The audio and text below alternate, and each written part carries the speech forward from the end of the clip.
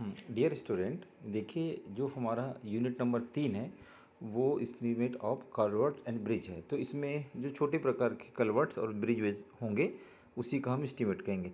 जैसे कि आपको मालूम है कि हम कोई भी एस्टीमेट करते हैं तो उसके लिए हमें कोई भी उसका डायग्राम होना आवश्यक है हमारे सामने। हम डायग्राम देखकर ही एस्टीमेट करते हैं। तो देखिए ये एक एस्टीमेट बनाना है हमें, जो कि prepare a detail estimate of slab culvert of 1.5 meter span and 4 meter roadway from the given drawing।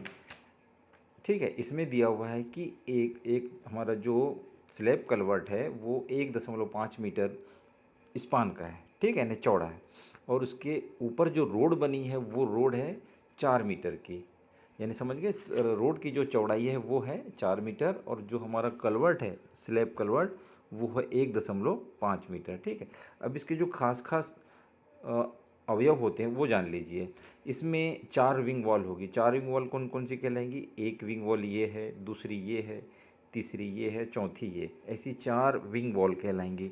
और 2 कहलाएंगे आपके अबटमेंट। तो ये एक अबटमेंट हो गया और यहाँ पर ये दूसरा अबटमेंट हो गया। ठीक है, ये 2 चीज़ें हो गई। स्लेब आपका इस जगह पर है, ये स्लेब बना हुआ है। ठीक है, ये 3 चीज़ें हो गई। और ये जो बना हुआ है ये है आपका पैरापेट वॉल। ठीक है, पैरापेट वॉल। तो ये इसके मेन मेन अवयव रहते हैं। और इसमें आपको मालूम है कि हम जब भी कोई कलवर्ट बनाते हैं तो उसके लिए हमको अर्थवर्क करना होता है। तो कुछ अर्थवर्क यानी जैसे हम बेड लेवल दिया है, ये GL ग्राउंड लेवल दिया है, तो उसके नीचे हमको खुदाई भी करना पड़ेगा।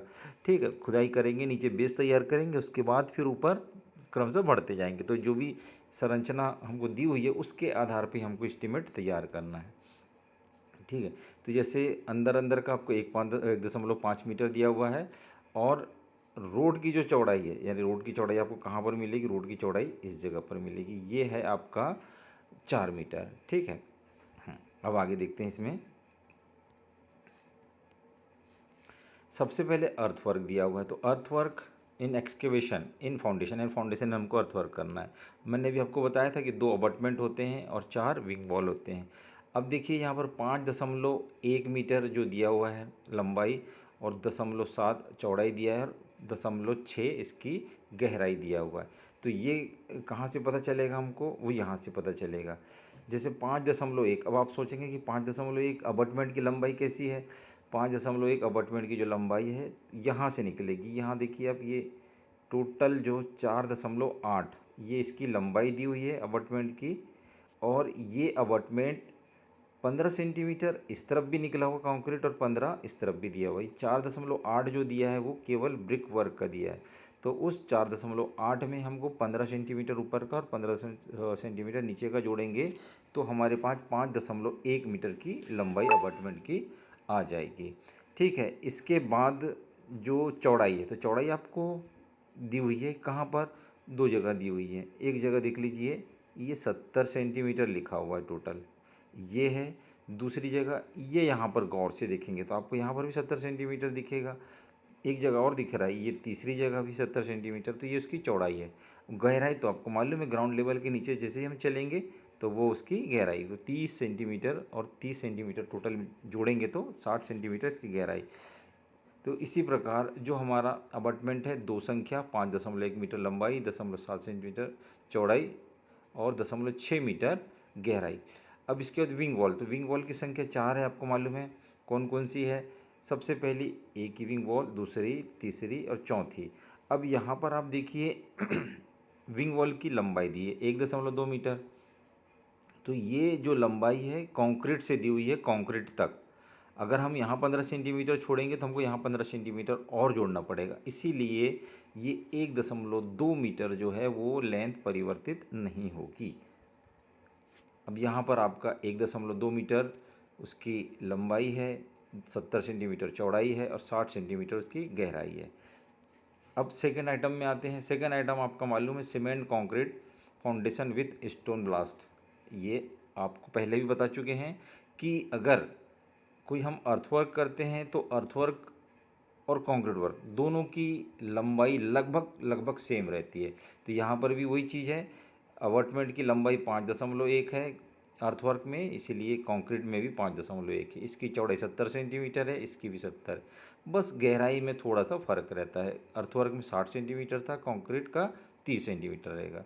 विंग वॉल में 1.2 है, यहाँ पर भी 1.2, 70 सेंटीमीटर, 70 और चौड़ाई गहराई 30 सेंटीमीटर। ठीक है।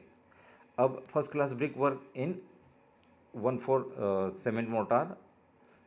इसकी जो ईंट और हमारी जो चिनाई है ईंट की ब्रिक वर्क मेसोनरी जो है, अब देखें सबसे पहले हम अबटमेंट में निकालेंगे। तो अबटमेंट में देखेंगे कि आकृति कैसी है। अबटमेंट बहुत अलग अलग प्रकार के होते हैं, जैसे ये इस प्रकार का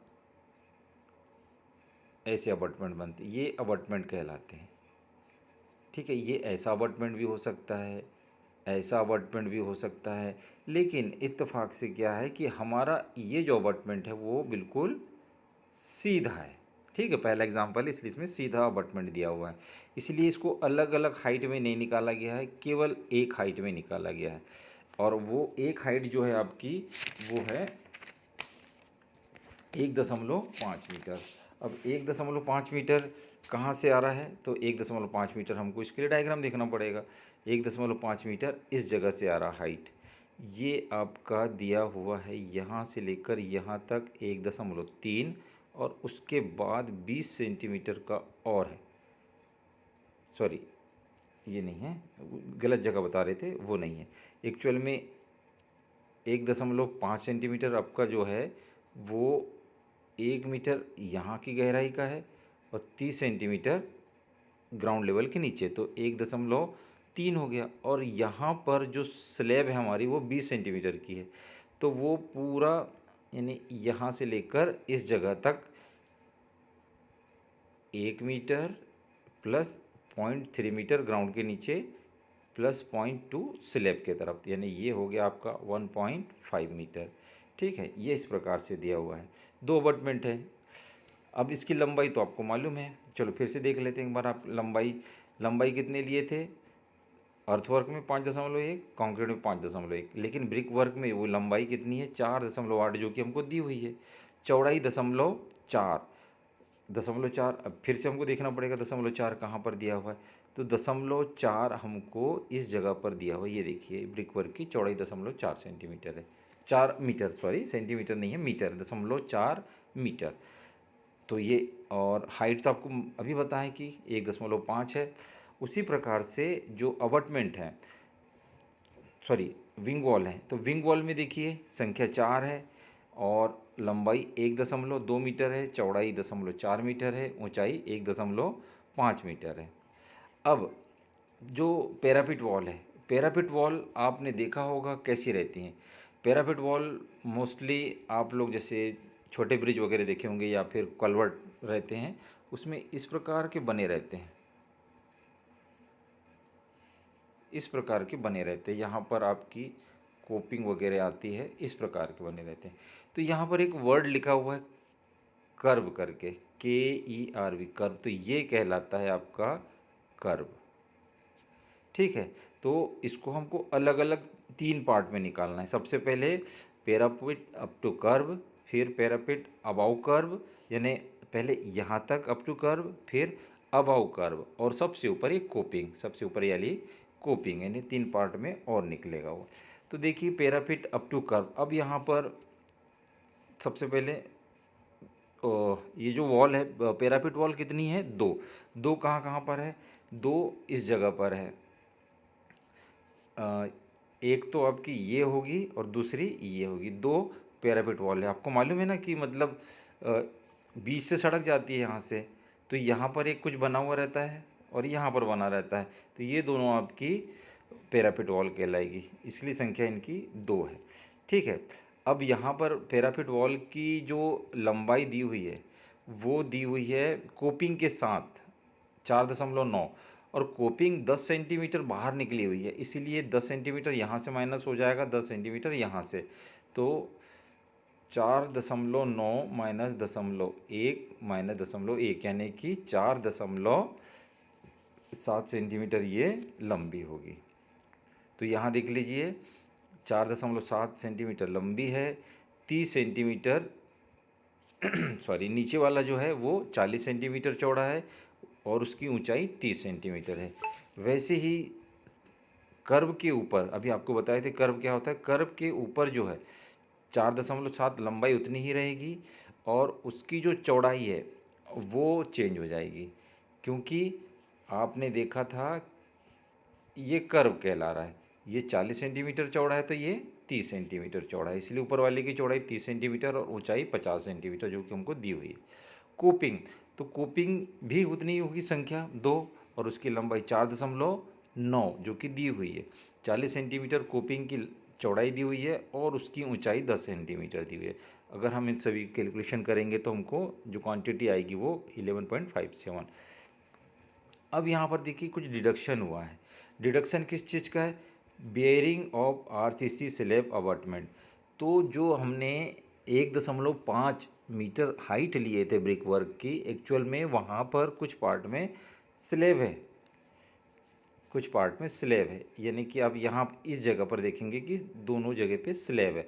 तो हमको 4.8 लंबाई और ये जितनी अंदर तक है 30 सेंटीमीटर चौड़ाई और 20 सेंटीमीटर ऊंचाई, 2 बार माइनस करना पड़ेगा।